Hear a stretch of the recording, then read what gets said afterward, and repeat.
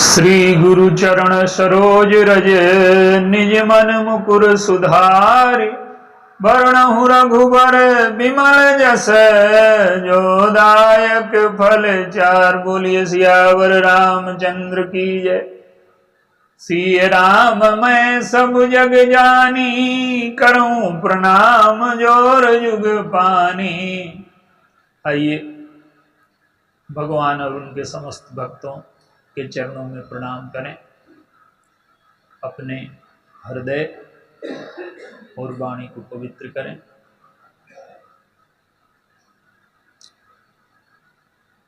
आइए आज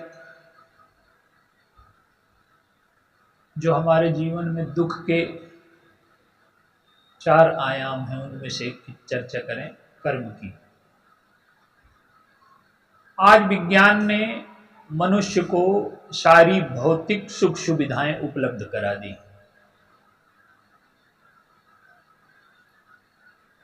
राजाओं को वो उपलब्ध नहीं था जो आज हमें उपलब्ध है। इसके बाद भी आज मनुष्य का दुख बढ़ गया है, तनाव बढ़ गया है, उदासी बढ़ गई है, अकेलापन बढ़ गया है, आत्महत्याएं बढ़ गई हैं। इसके तो अनेकों कारण हैं, पर एक जो प्रमुख कारण है, आइए उस पर चर्चा करते हैं। राम राज नभगेशु सुन सचराचर जग माहि काल कर्म स्वभाव गुण कृत दुख काहुई नाहि। कर्म कोई सिद्धांत नहीं है, सृष्टि को चलाने का आधार है। सृष्टि कर्म सिद्धांत के आधार पर ही चल रही है। हमारी संस्कृति ने जो सबसे बड़ा जो क्रांति की है वो यही है कि उसने जीवन का ये जो शाश्वत नियम है कर्म, उसको बड़ी बारीकी से समझा है, बड़ी पूर्णता से समझा है। मनुष्य के सुख दुख का जो कारण है, स्वभाव भी है, गुण भी है, काल भी है, कर्म भी है।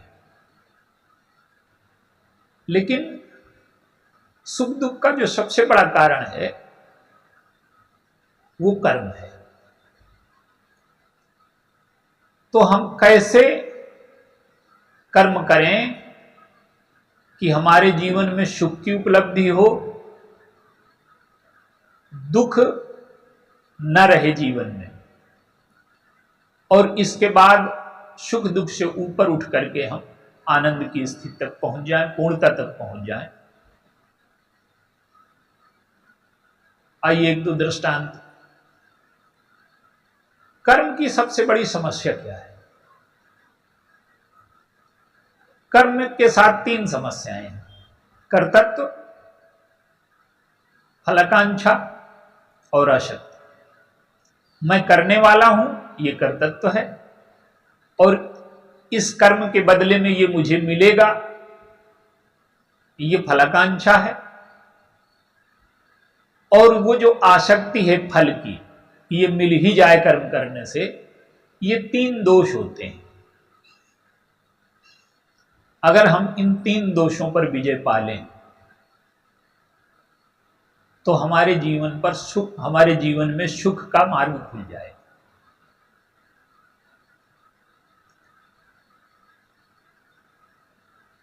भगवान कृष्ण अर्जुन से कहते हैं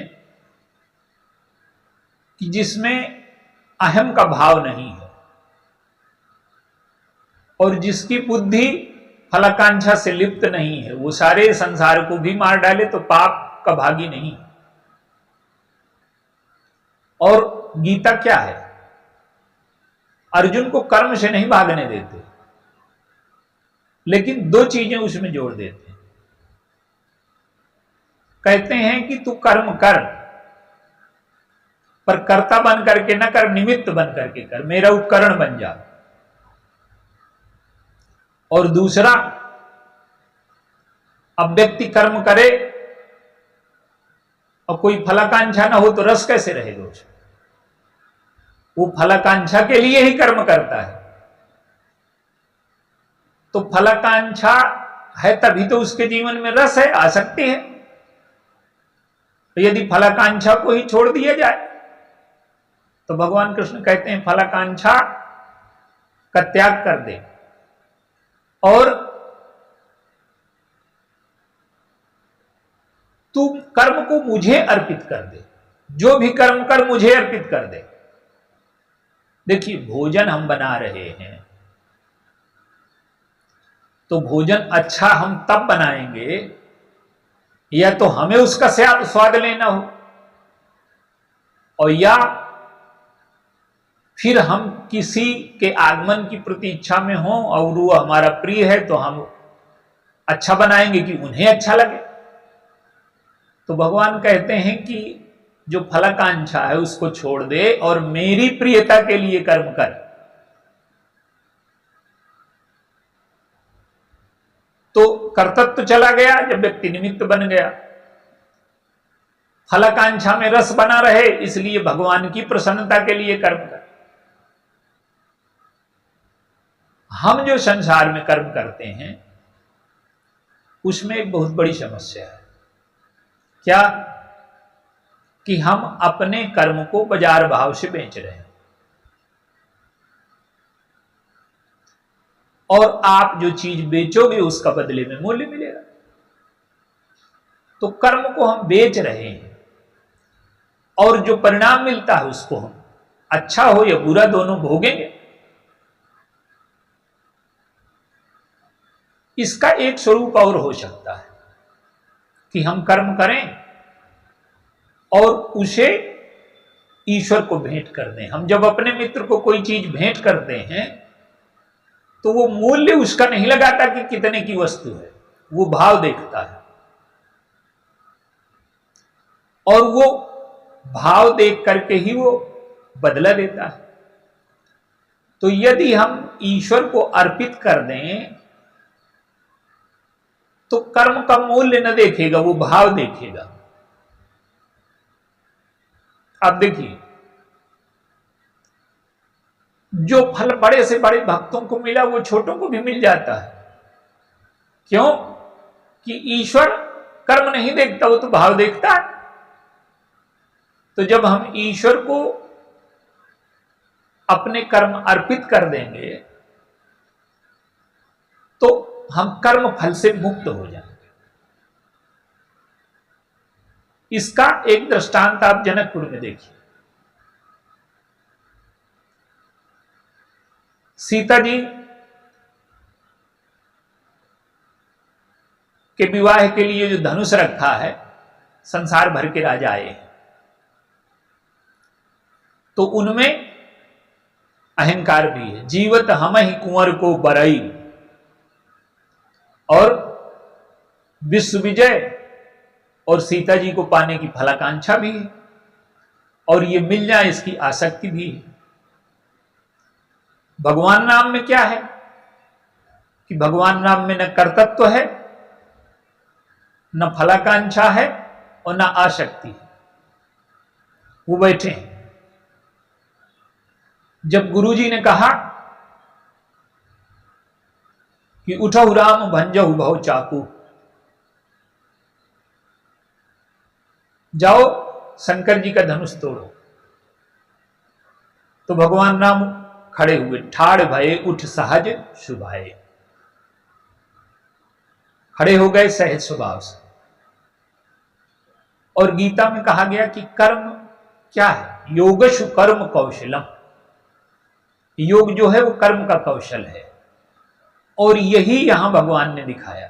खड़े हुए, निमित्त बन करके गए, गुरु जी की आज्ञा करता है और धनुष किस लिए तोड़ना है? जनक का दुख दूर करने के लिए। हम कर्म करें दूसरों का दुख दूर करने के लिए। गए, धनुष तोड़ दिया।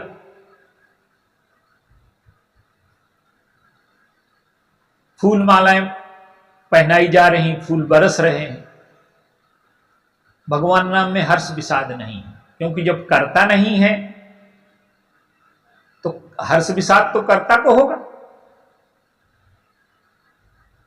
अब भगवान परशुराम आए। भगवान परशुराम का चरित्र महान है, भगवान के ही अवतार हैं, वो बड़ा दिव्य है। उनके जीवन में आप देखिए, फलाकांक्षा नहीं है, पृथ्वी जीती दान में दे दी,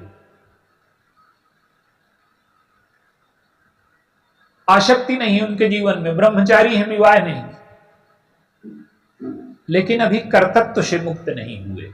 मैं बाल ब्रह्मचारी हूं, मैं न्याय की स्थापना करने वाला हूं। भगवान राम से जब संवाद हुआ तो अंत में उसका यह परिणाम निकला कि वो कर्तत्व से मुक्त हो गए। तो कर्म में कर्तत्व, फलाकांक्षा और आसक्ति, ये तीनों न रह जाएं तो वो कर्म हमारे बंधन का कारण नहीं बनेगा। एक दृष्टांत और देखिए आप, यहां जो भगवान ने बोझा उठाया, कैसे उठाया? आज हम बड़े तनाव में रहते हैं कि इतना बोझा है, इतना काम करना पड़ता है। इस बोझ, ये जो हमारे जीवन में जो बोझ है, इसके हल्का करने का उपाय क्या है?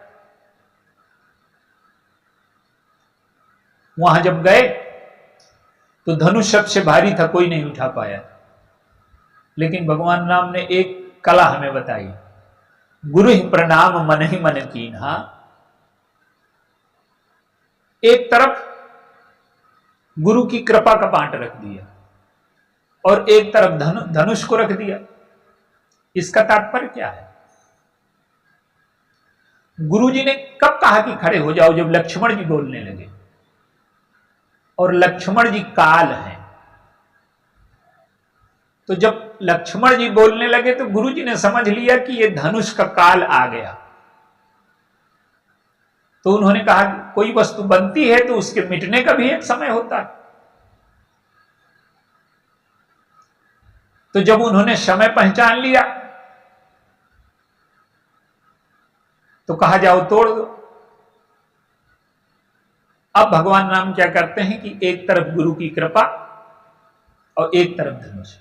माने कहने का अर्थ यह है कि जब हम अपनी निमित्तता को जान लेते हैं, काल के रहस्य को जान लेते हैं और गुरु कृपा या ईश्वर कृपा का आश्रय लेते हैं, तो हमें कर्म में सफलता मिलती है। भगवान परशुराम आए तो कहते हैं कि तुमने धनुष तोड़ा तो तुम्हें गर्व नहीं हुआ? भगवान कहते हैं कि महाराज, मैंने तोड़ा होता तो गर्व होता। क्यों? कि एक दीवार बिल्कुल गिरने वाली है और हम जाएं और ऐसे हाथ लगाएं तो दीवार गिर पड़े, तो क्या हम इतने शक्तिशाली हैं कि हमने दीवार गिरा दिया? भगवान राम कहते हैं तो गुरु, वो तो धनुष के टूटने का समय आ गया था, हमारे गुरु ने आदेश दिया तो संयोग से मैं उस समय पहुंच गया जिस समय टूटना था धनुष को। तो माने हमारे जीवन में जो कर्म है उसकी सफलता में बहुत बड़ा कारण काल भी है। भगवान राम कहते हैं कि गुरु की कृपा से टूट गया महाराज, मैंने नहीं किया। अर्जुन क्या करता है कि वो समझता है कि ये सारा महाभारत मेरे लिए हो रहा है।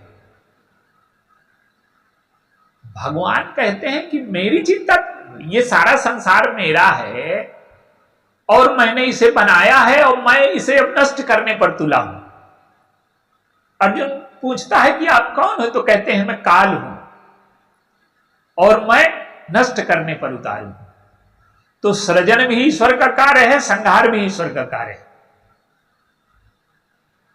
तो जब हम काल के तत्व को समझ लेते हैं, ईश्वर का रहस्य समझ लेते हैं। आप परशुराम जी को देखिए, आए तो लक्ष्मण जी पर फरसा उठाए, अब वो हाथ नहीं चल रहा, तो वो क्या व्याख्या करते हैं कि मेरे हृदय में दया आ गई इसलिए हाथ नहीं चल रहा। लेकिन सत्य क्या है कि काल ही हमें कर्म करने की शक्ति देता है। तो फरसा चलाना चाहा तो नहीं चला, और धनुष रोकना चाहा तो नहीं रुका। लक्ष्मण जी क्या बताना चाहते हैं? वो कहते हैं कि महाराज आपके चलाने से चलता होता तो आज भी चलता, चलाने वाला कोई और है। और वो जब चलवा रहा था तब चल रहा था, और आप समझते थे कि मैं चला रहा हूं। तो हमें अगर जीवन में ये समझ में आ जाए कि जो चलवाने वाला है वो चलवा रहा है, तो धनुष रोकने से नहीं रुका, फरसा चलाने से नहीं चला। परशुराम जी को ये सत्य समझ में आ जाता है। तो अगर हम ये समझ लें तो हमारे जीवन का बोझा कम हो सकता है। भगवान राम ने जब धनुष उठाया तो गुरु कृपा का आश्रय लिया। और लंका में आप देखिए, मेघनाद ने लक्ष्मण जी को बाण मारा तो मूर्छित हो गए। तो गोस्वामी जी कहते हैं कि मेघनाथ सम कोटि सत जोधा रहे उठाए, और जगदाधार शेष किम उठे चले खिसियाए। मेघनाथ जैसे करोड़ों योद्धा उठा रहे हैं, उठ नहीं रहे लक्ष्मण जी। और हनुमान जी गए तो उठा लिया। कैसे उठा लिया? हनुमान जी को ये नहीं है कि मैं उठा लूंगा। वो कहते हैं कि हे प्रभु, जैसे लक्ष्मण जी सारे संसार का बोझ उठाए हैं, लेकिन कच्छप के रूप में आप आधार हैं, तो आप कृपा करिए। लक्ष्मण जी से भी कहते हैं कि आप मेरे लिए हल्के हो जाइए, और वो भगवान में स्थित होकर के लक्ष्मण जी को उठा लेते।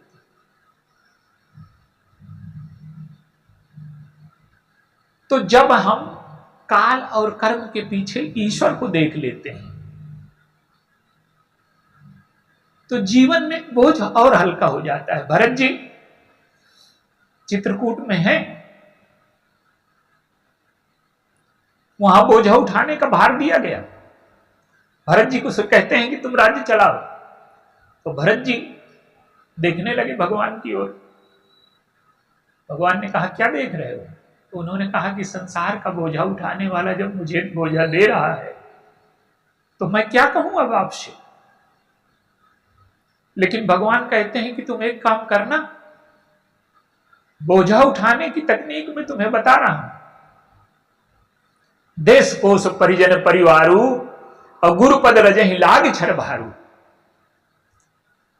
तुम गुरु की कृपा का आश्रय ले लेना, तो ये जो देश है, कोश है, परिजन है, ये सारा भार जो है तुम्हारे लिए अत्यंत हल्का हो जाएगा।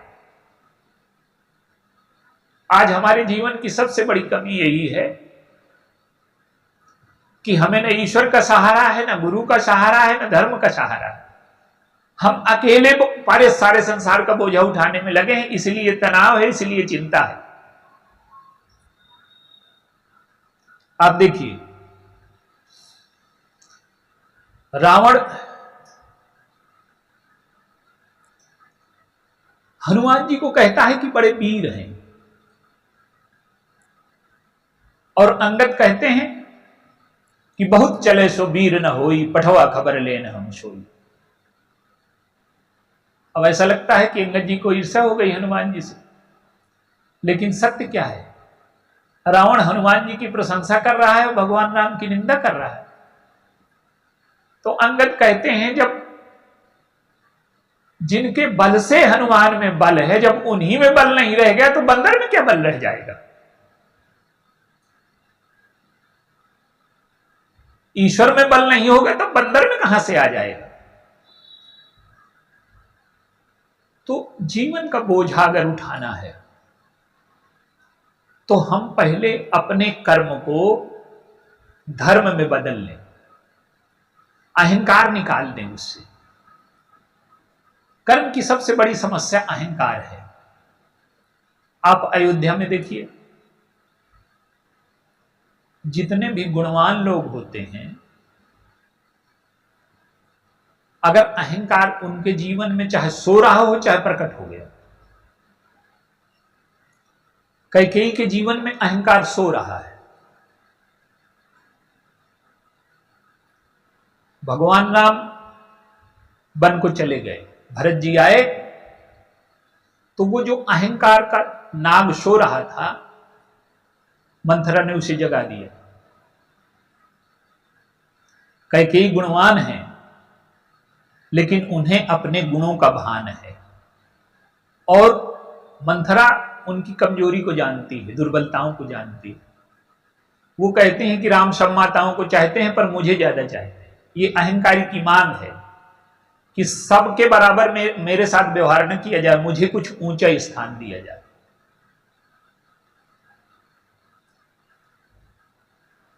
तो कैकेयी के जीवन में अहंकार जग गया, और जब अहंकार जग गया, कर्तव्य जग गया, फलाकांक्षा जग गई, आसक्ति जग गई। अहंकार आ गया, ज्ञान चला गया, फलाकांक्षा आ गई, वैराग्य चला गया, आसक्ति आ गई, भक्ति चली गई। अब इन सारे दोषों को कैसे मिटाया गया? आप उदाहरण देखिए। भरत जी आए और भरत जी ने कैकेयी के अहंकार को, जैसे काली नाग है यमुना से, कर्म की यमुना में जो काली नाग है वही अहंकार है, तो भरत जी ने उसे निकाल करके फेंक दिया। जब तय कुमति कुमति जी थयऊ, खंड खंड होई हृदय न गयऊ, वर मांगत बर भई नहीं पीरा, गरि न जी मोह पर्यो न कीरा, भूर भूप प्रतीत तोर किम कीन्ही, मनन काल विधि मति हर लेगी। कैकेयी का अहंकार समाप्त हो गया कि मैंने अकेले ही कार्य सिद्ध कर लिया। अहमता और ममता भरत जी के व्यवहार से नष्ट हो गए औषधि के रूप में। देखिए, हमारे कर्म में अगर ये 3 दोष मिट जाए तो वो धर्म बन जाता है। और धर्म की जो व्याख्या शास्त्रों में लिखी है, संविधान में लिखी है, वो किताबों में धर्म नहीं होता, अंतःकरण में धर्म होता है। भरत जी धर्म के साक्षात अवतार हैं। कैसे? व्यक्ति का अंतःकरण जितना शुद्ध होगा,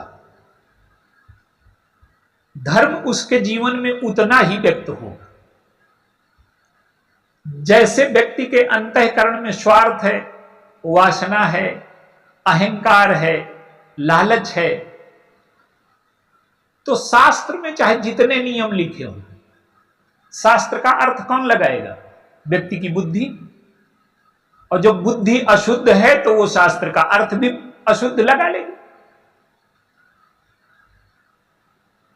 तो जितना ही अंतःकरण शुद्ध होगा, जैसे भरत जी के अंतःकरण बिल्कुल स्वार्थ शून्य है, और स्वार्थ शून्य क्या कहिए, परमार्थ शून्य भी है। स्वार्थ तो है ही नहीं, परमार्थ भी नहीं है। ये भी नहीं कि मुझे मोक्ष चाहिए, अर्थ न धर्म न काम रुचि, गति न चाहो निर्माण। वो कहते हैं मुझे मोक्ष भी नहीं चाहिए। चित्रकूट में जब निर्णय होने लगा कि भगवान के साथ न तरु जाहि बन तीनों भाई, जब भगवान ने कहा कि तुम अयोध्या चले जाओ, तो वो कह सकते थे नहीं प्रभु मैं आपके साथ रहूंगा। लेकिन उन्होंने स्वार्थ तो अयोध्या में ही छोड़ दिया था, परमार्थ उन्होंने चित्रकूट में छोड़ दिया। तो भरत जी का जो अंतःकरण है वो बिल्कुल शुद्ध है। व्यक्ति के जीवन में क्या है? जानानि धर्मम न चमे प्रवत्ता, जानान अधर्मम न चमे निवृत्ता। धर्म को जानते हुए भी उसका पालन नहीं कर सकता। क्यों? कि धर्म की स्थापना बुद्धि में नहीं होगी। हम बुद्धि से अच्छा बुरा जानते हैं, धर्म की स्थापना कहां होगी? धर्म की स्थापना होगी मन में। हमारी बुद्धि जानती है कि ये ठीक है, ये ठीक नहीं है, लेकिन हमारा एक संस्कार है, हमारे जीवन में विषयों से रस लेने का एक अभ्यास है। तो हमें चाहे जितने धर्म की बात बताई जाए, हमारे मन का जो अभ्यास है वो बुद्धि पर विजयी हो जाता है। विषयों के रस लेने का जो अभ्यास है वो जब तक तम नहीं हो जाता। भरत जी के जीवन में तो विषय की कोई बात ही नहीं है। उनके जीवन में विषय कैसे हैं? रमा विलास राम अनुरागी और तजत बमन जी में नर बड़ भागी। जो भोग है उसको उल्टी की तरह से छोड़ देते हैं भक्त लोग, उल्टी की ओर कोई देखना नहीं चाहता। गोस्वामी जी से भगवान ने पूछा कि मेरी कृपा तुम्हारे ऊपर हो गई? तो गोस्वामी जी कहते हैं कि अभी प्रभु कृपा तो की है आपने, पर पूरी कृपा मैं तब मानूंगा। कब मानोगे? कि जिस तरह से मुझे विषय प्यारे लगते हैं उसी तरह से जब आप प्यारे लगने लगे तब मैं समझ लूंगा कि कृपा। अंत में गोस्वामी जी ने मांगा भी वही कि कामी नारी प्यार जिम लोभी प्रिय जिम दाम तिम रघुनाथ निरंतर प्रिय लागो। तो जब हमारे कर्म में कर्तव्य फलाकांक्षा आसक्ति कुछ भी न रह जाए। भरत जी का अंतःकरण बिल्कुल शुद्ध है, उसमें न स्वार्थ है न परमार्थ है। गुरु जी कहते हैं कि गद्दी में बैठ जाओ, उन्हें लगता है कि कर्तव्य कर्म भावना से ज्यादा आवश्यक है, लेकिन भरत जी समझते हैं कि कर्तव्य कर्म के पीछे जब तक भावना शुद्ध न होगी, विचार शुद्ध न होगा, तब तक हमारा कर्म धर्म बन ही नहीं सकता। वो कहते हैं कि जिसे आप धर्म कह रहे हो, पिताजी की आज्ञा कह रहे हो, तो धर्म तो औषधि है, उसका परिणाम क्या हुआ? प्रजानाथ हो गई, ईश्वर वन को चला गया, यही धर्म का परिणाम है क्या? धर्म का परिणाम जोड़ना है, धर्म का परिणाम तोड़ना नहीं है। कैकेयी ने संबंधों को तोड़ दिया, दशरथ जी धर्म का निर्णय नहीं ले पाए। तो माने कहने का तात्पर्य यह है कि हमारा अंतःकरण जिन विधियों से शुद्ध होता है, जीवन की सबसे बड़ी कठिनाई यह है कि मान लीजिए हम एकादशी उपास्य रहते हैं, तो हम में श्रेष्ठता का अहंकार आ गया कि हम एकादशी, और जो नहीं रहते वो हमसे निम्न है। तो धर्म का पालन करने से हमारे जीवन में जरूरी नहीं कि हमारा अंतःकरण शुद्ध होने लगे। तो जिन क्रियाओं का पालन करने से हमारा अंतःकरण शुद्ध होता है, हमारे विचार शुद्ध होते हैं, वो धर्म है। और भरत जी कहते हैं कि धर्म जब स्वार्थ के समर्थन में खड़ा कर दिया जाएगा, आप जो कह रहे हो ना, तो धर्म का काम स्वार्थ का समर्थन है क्या? और यदि स्वार्थ का समर्थन है तो अधर्म की फिर क्या जरूरत है? इसी बात को भगवान राम व्यक्त करते हैं। गुरु जी गए, राम करहु सब संयम आजू, और जो विधि कुशल निवाहे काजू। गुरु जी के जाने के बाद भगवान राम सोचने लगे कि ये तो बड़ा अनुचित हो रहा। अब वो ऐसे तो गुरु की बात मान लेनी चाहिए कि बड़ा ठीक है, ये सूर्यवंश का नियम है, बड़े पुत्र को राजा मिलता है, भगवान को प्रसन्न हो जाना चाहिए। लेकिन नहीं, भगवान दुखी हो गए कि क्या, कि छोटे भाइयों को और छोटा बनाया जा रहा है, मुझे बड़ा बनाया जा रहा है। कहने का अर्थ है कि धर्म का काम स्वार्थ का समर्थन नहीं है, धर्म का काम हमारे अभिमान का समर्थन नहीं है, धर्म का काम हमारे मन का समर्थन नहीं। तो धर्म जब ईश्वर की ओर हमें मोड़ दे, हमारे अंतःकरण को शुद्ध कर दे, और अपने स्वार्थ के स्थान पर दूसरे के स्वार्थ की हम चिंता करने लगे, समाज कल्याण की ओर हमारा धर्म मुड़ जाए, हमारा कर्म मुड़ जाए, ईश्वर की ओर मुड़ जाए, अंतःकरण की शुद्धि की ओर मुड़ जाए, तो जितना हमारा अंतःकरण शुद्ध होगा उतना ही हमारे जीवन से धर्म प्रकट होगा। और संसार में चाहे जितनी बातें देश प्रेम की जाए, चाहे संविधान की रक्षा की जाए, अगर हमारे जीवन में भेद बुद्धि है, स्वार्थ है, अहंकार है, तो हम संविधान का, देश का, समाज का, धर्म का, सबका दुरुपयोग करेंगे। तो हमारे जीवन में कर्म के ये जो तीन दोष हैं, कर्तव्य फलाकांक्षा आसक्ति, ये तीनों मिट जाएं, हमारा अंतःकरण शुद्ध हो जाए, तो हमारे जीवन में धर्म प्रकट होगा, और वो जो धर्म प्रकट होगा वो हमारे जीवन में सुख, शांति, आनंद की सृष्टि करेगा। बोलिए सियावर रामचंद्र।